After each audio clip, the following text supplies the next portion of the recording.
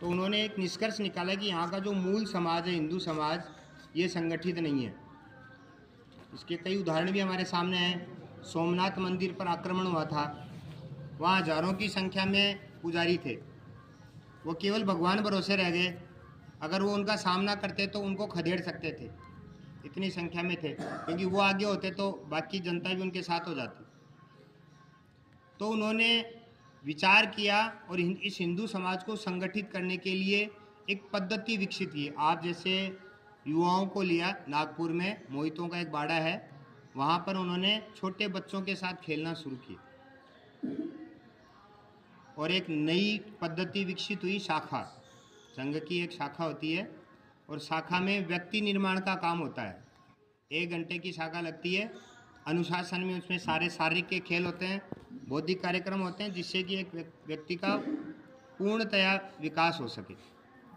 तो यहाँ धीरे धीरे संघ में डॉक्टर साहब की एक खासियत थी कि वो जो भी काम करते थे वो संगठन के जितने भी लोग थे उनसे बातचीत करके फिर करते थे। धीरे धीरे काम बढ़ा आगे, संघ की प्रार्थना भी आई, फिर गुरु की बात आई, क्योंकि कोई भी संगठन चलता है तो किसी के प्रति श्रद्धा होगी तो वो संगठन आगे बढ़ेगा। तो एक विषय चला कि संघ में गुरु किसको बनाएं। तो उस समय, उस ज़माने में व्यायामशालाएँ चलती थी।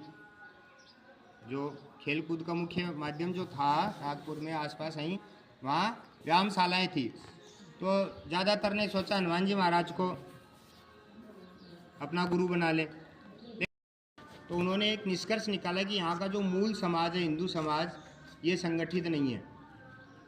इसके कई उदाहरण भी हमारे सामने हैं। सोमनाथ मंदिर पर आक्रमण हुआ था, वहाँ हजारों की संख्या में पुजारी थे, वो केवल भगवान भरोसे रह गए। अगर वो उनका सामना करते तो उनको खदेड़ सकते थे, इतनी संख्या में थे, क्योंकि वो आगे होते तो बाकी जनता भी उनके साथ हो जाती।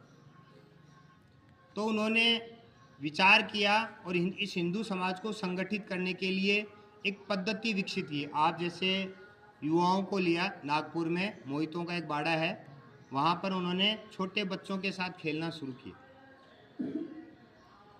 और एक नई पद्धति विकसित हुई। शाखा, संघ की एक शाखा होती है और शाखा में व्यक्ति निर्माण का काम होता है। 1 घंटे की शाखा लगती है।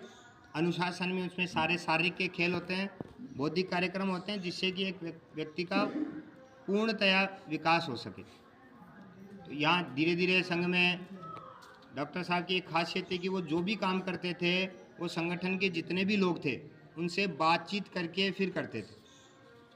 धीरे धीरे काम बढ़ा आगे, संघ की प्रार्थना भी आई, फिर